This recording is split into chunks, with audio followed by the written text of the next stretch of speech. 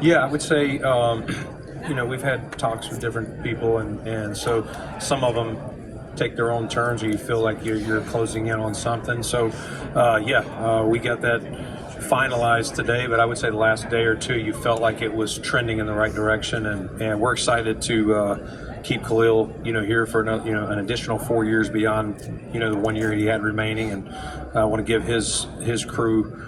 Chris Cabot, Sam Mers, Derek Hardridge, all those guys credit, and Kevin Meegang on our staff did a great job. Brandon, can you is there a sense of urgency from your side because you have other guys eligible for extensions to at least get one done early? Yeah, I mean, you're trying to always look. You're looking at it's a large puzzle, and so you're trying to find out. We've got a number of guys that you could say, hey, deserved extensions. You also have a cap, and we're trying to, we've been waiting. We got some clarity last week on the range of the cap. Some moves you do can acquire cap space, others can cost you. So we're balancing all of that while having conversations, and some of the conversations haven't started yet. We're kind of, you don't want too many going at the same time. But we'll continue those, and again, as I was telling the guys at One Bills Live earlier, just because we don't get an extension done now or before the start of the league year doesn't mean we won't in the league year, or you guys have seen us do them in the summer as well.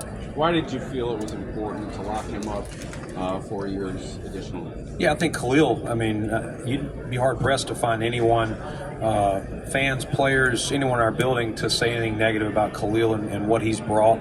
The guy is a true lunch pail Buffalonian. I know he's not from Buffalo, but he doesn't say anything. He just shows up every single day. He's Mr. Dependable, and when the ball's thrown his way, he usually comes down with it. And, I'm sure everyone on our team that's coming back will be excited to have Khalil, knowing, and we're going to count on him even more, not only on the field but his leadership going forward. What can you say about Khalil's development from being a rookie who wasn't used that much to now one of the leaders on the team? Yeah, I think Khalil as a rookie, you look at what were his opportunities and then how did he take advantage. And later that year, as the coaches and Josh became more comfortable and a good feel for his skill set and what he does best, that really started to come to fruition late in that year. He may have led us in receiving in the playoffs that year. Don't hold me to that, but I believe that's accurate. And I think that just took off in year two. And then, of course, this year 3, we kind of knew how he would fit, and Joe Brady and Josh and those guys get a lot of credit. Khalil himself gets the most, but those guys of using his strengths to this offense and really helping us have the offensive success that we did. I know you won't negotiate in the media, but what is your process with James' situation, especially on the heels of him being a little public about everything? Yeah, I love James. James is a beautiful man. He really is. I love him. He's a great dude. He doesn't say a lot other than his one word things he was doing this year. But I love James. James speaks from the heart. He means well. I want James here, hopefully for like a lot of guys. The business is the business. Would I prefer we don't take the business outside? Yes, I think that's always the best way to handle it, but James is a grown man, and he'll handle it the way he does. It doesn't change my view of him, and just because we're not on the same page today doesn't mean we wouldn't be tomorrow, 2 weeks, 2 months, 2 years. We'll see. Sorry, the running backs, the success of Derrick Henry, Saquon Barkley this past year, how has that changed the running back market when you're negotiating contracts? Has this past year had an impact on it? Well, you're always looking at the market. The market is what it is. Whether you're buying a house, sometimes you buy a house and the market goes down. Sometimes you buy a house and you sell it 3 years later and you made a couple $100,000. It's the same way, and the running back position has changed as much or more than the market. No longer is it 3 yards and a cloud of dust. Some of the names you mentioned, these guys are weapons on all 3 downs, and so Saquon Barkley had a heck of a year, and Christian McCaffrey's paid well up there. He was in the MVP conversation the year prior. So at the end of the day, your team has to fit whatever player it is, running back, receiver, whatever, within your structure and the confines.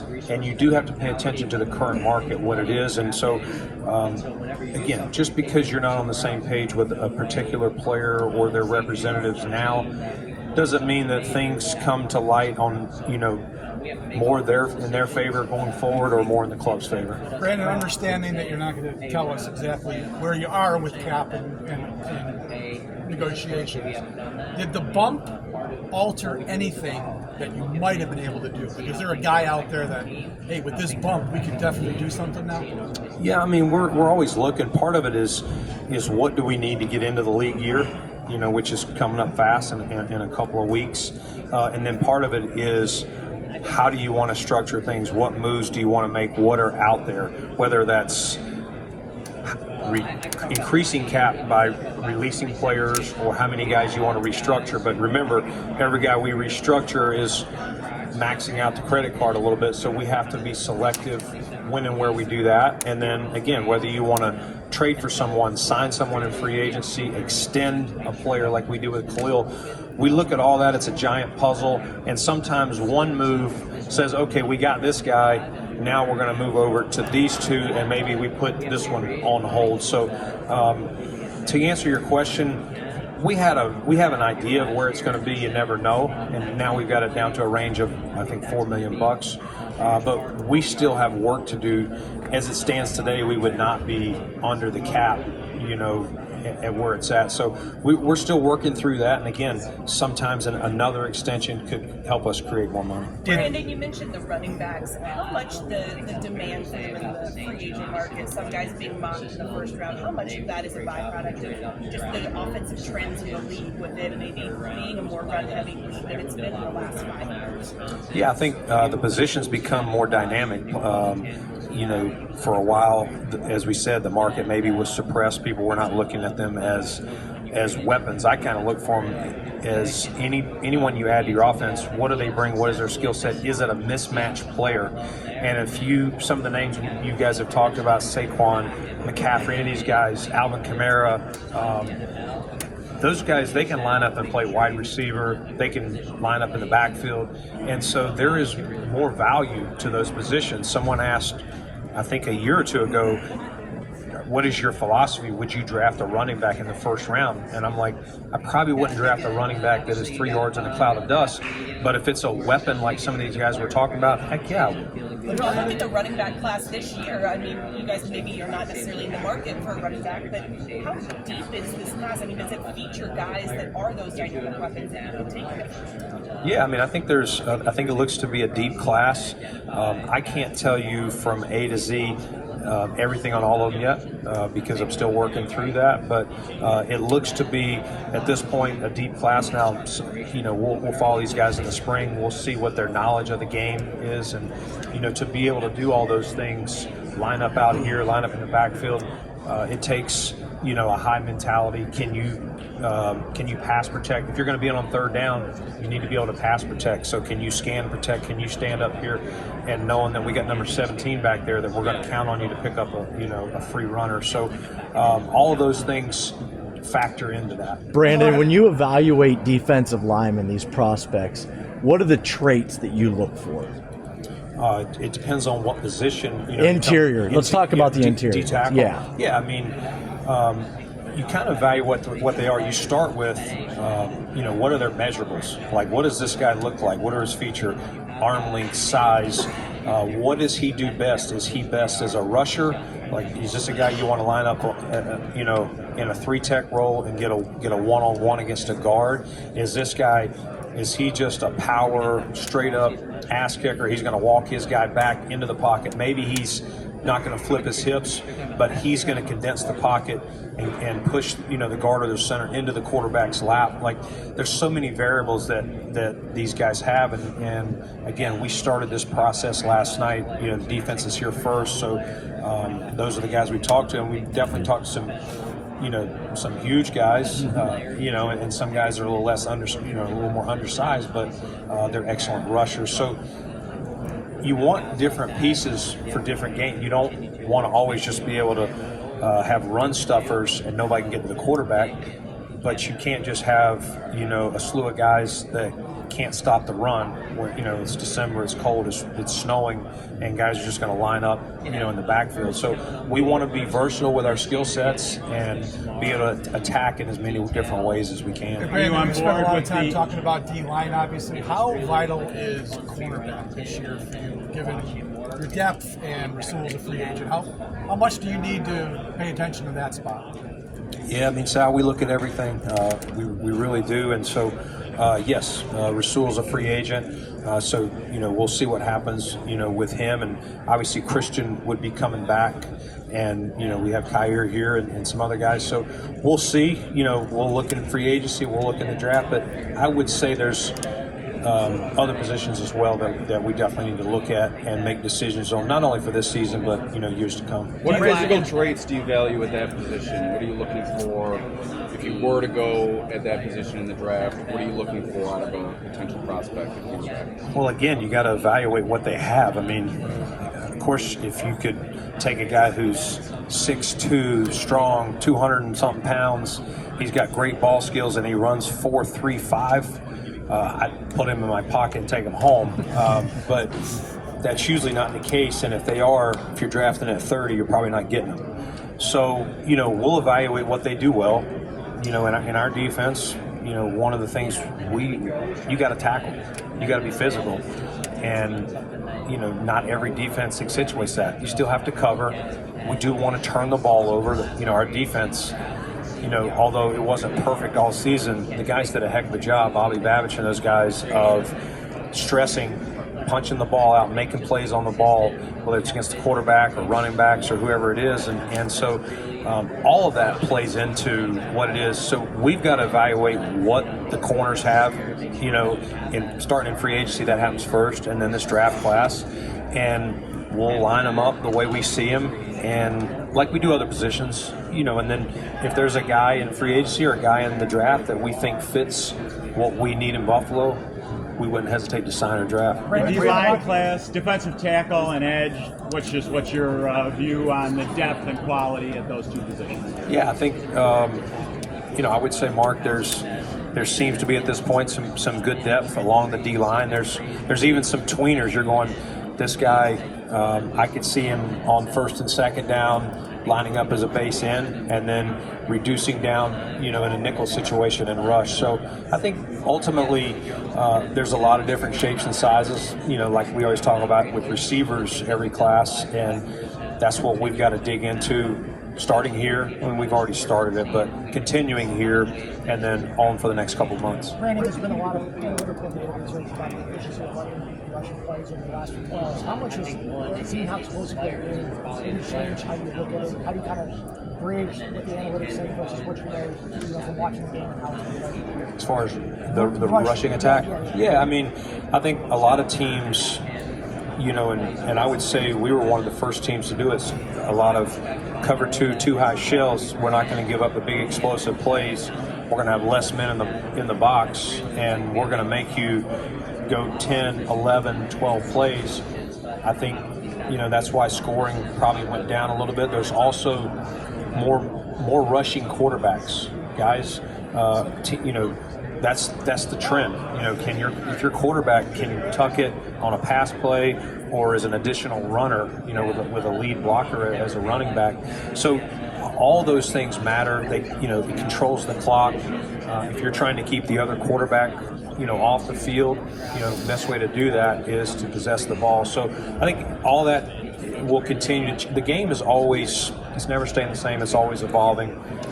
Because it was so pass happy and points were scored, people thought that was where it was always going to go. But people started saying we're not going to allow that, and so it will evolve. And at some point, 6-10 years from now, it may be back to pass heavy. But right now, you're right. It's more of a balanced attack. First time we've talked to you since Josh won MVP. Yeah. Can you give us your thoughts on that? Yeah, that was awesome. Awesome for Josh, first and foremost, and his family.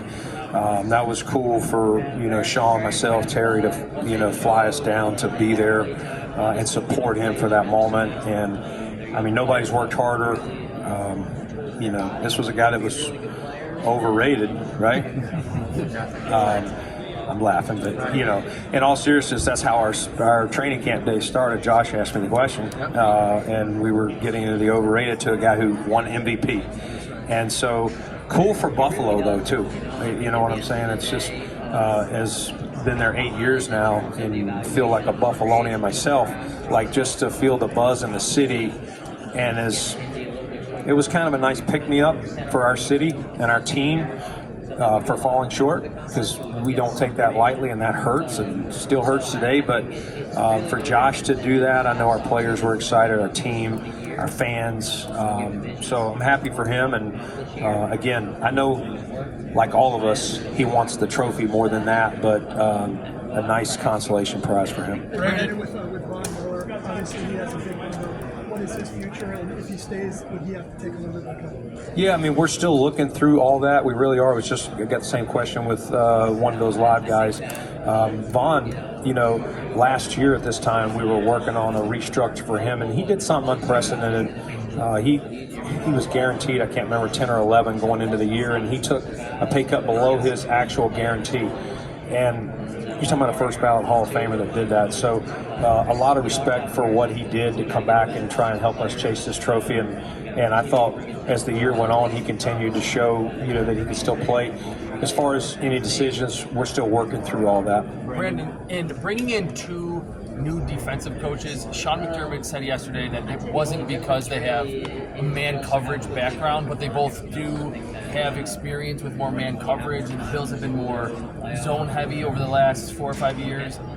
Does that change how you evaluate, or what specific things you look for in a cornerback prospect compared to more sit back and be that downhill zone defender that the Bills have really gravitated toward at that position? I think you're always just looking for, you're always looking to grow, the growth mindset, we talk about it. And so anytime you can add people to your staff that come from different programs, different philosophies, you do that. And maybe even have people on your roster that you say, hey, we still think we've played them more like this, but we feel, to use your example, maybe we've played more zone, but we feel like, hey, we have a player that could play a little more press man or whatever the situation. But I think it's more from that standpoint than necessarily a philosophy change or anything like that. You're always looking to, again, whether it's scouting, coaching, whatever it is, find new trends, new ideas, ways to be creative as you face some of these big opponents.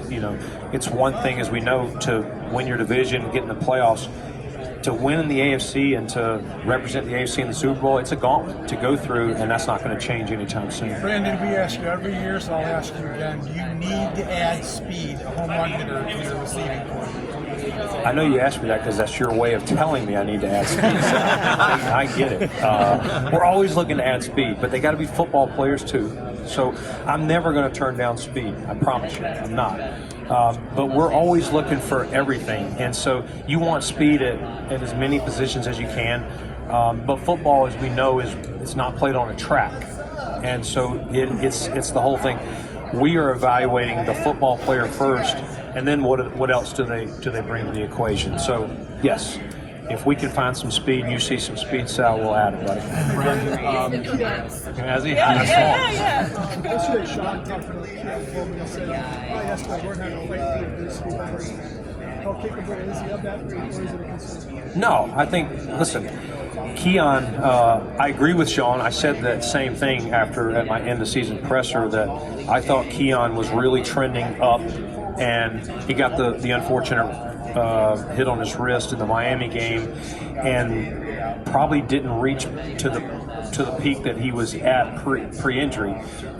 But again, Keon Coleman's 21 years old. Like, we shouldn't expect all these guys. Some of these guys playing and were drafted last year were 24 and 25, and so let's give him a chance. Let's don't beat him up. It's his first season, and let's don't forget about the good things that Keon made some plays for us, made some big plays. Are there some plays he would want back? Sure. Are there some things he needs to do better? Yes. But I know talking to him even since the season's ended, talking to his representative who he's living by, that he's grinding, he's working, and he's a competitive young man. That's the thing we knew about him in the research, and I have no doubt that he's going to come back with a refreshed mindset and ready to, if there are doubters, to prove him wrong. Another young player, Cole Bishop, hoping to earn a starting role next season. What are you looking for out of him this offseason leading into training camp as he hopes to earn that starting role? Yeah, I mean, I thought Cole, other than the Houston game, he got beat over top on the one deep ball, but after that, when he got his next opportunities, I thought he showed up. I didn't think he looked like a rookie. Is the game still moving at a faster pace back there? Yes, there's a lot on safeties. You're not going to see us probably play a lot of rookie safeties, in this defense, but we're going to count on Cole, and he'll have to do his job and continue to get stronger, learn the game, all those things. He had an unfortunate deal this year. He missed the most important part of the season for a rookie is training camp. And unfortunately, he had an unfortunate injury, missed all of it, which really set him back for the opportunity to earn a starting job. But he'll have every chance this year, and he is wired the right way. I have no doubt that he'll rise to the occasion. It seems like a lot of you can't talk about other players on other teams, but when you hear that names could be out there available to trade, you've made trades. What's that process like for you? Does it start now? Does it start after you kind of get all of this set? You know what I mean? You kind of have to know things by March 12th, I guess. Yeah. I mean, Sal, I get where you're at. Obviously I can't talk about specific players, but there are times that I've called on players at the trade deadline. I did that with Stephon before we got him, that I've called on the deadline and just said if anything changes, it doesn't mean only if it changes for this year, if it changes in the offseason. And so you keep constant communication, with those clubs, unless they're like, hey, you may get hey, we're 100% not doing it. Like, you don't need to call me anymore. I got you. I know if we had a change in heart, we'll reach out to you. We got you on the log sheet here that you'd be interested. So it kind of depends on each situation, but maybe the club said, hey, we want to send them to an NFC team or whatever the case may be. There's, again, just because we didn't end up with them doesn't mean that we didn't try to pursue them or at least check into it and see if it made sense. Along those lines, Brandon, have you been active in any of those conversations right now? And you mentioned Diggs. You've done it before where you've traded your first round pick. Are you open to that idea if the deal is right? I'll answer that one first. Anything that's right that can help our team, Jay, yes. Yes, I would not flinch. I don't know, I say this on the golf course, I'm a lot of things, but scared ain't one of them. And so, yes, anything that can help our roster that can fit and not cripple us in another way, yes, we would definitely do it. Those conversations, I swear they happen all year long, like other than maybe July. Whether it's, is a guy for trade or you're finding out they may trade him, but he could be a cap casualty. Whatever it is, we're trying to monitor it. Can I monitor every single one by myself? Not necessarily, but I have a staff, and they're doing it, and they're keeping a pulse, or they're checking with agents, or they're reaching out to their contact with Team X. Whether they see something on Twitter, whether they hear it in the scuttlebutt behind the scenes. If it's a player that we think would fit the bills, we're going to check into it. I would say our name gets thrown out there a lot, and sometimes we're checking into it. No one will make the call. It's probably a long shot, but if you don't call, you don't know. It seems like teams with the best quarterbacks have a very open dialogue between the front office and the quarterback about things you're doing. Do you think there are traits that quarterbacks have that, if they wanted to, would make them good GMs? Yeah, I mean, a lot of them probably be better than many of us GMs, me included. To be able to, the mental state that you have to have and the aptitude to play quarterback. I mean, and the processing speed that these guys that play at the top of their game, whether it's Josh or Mahomes, Burrow, all these guys.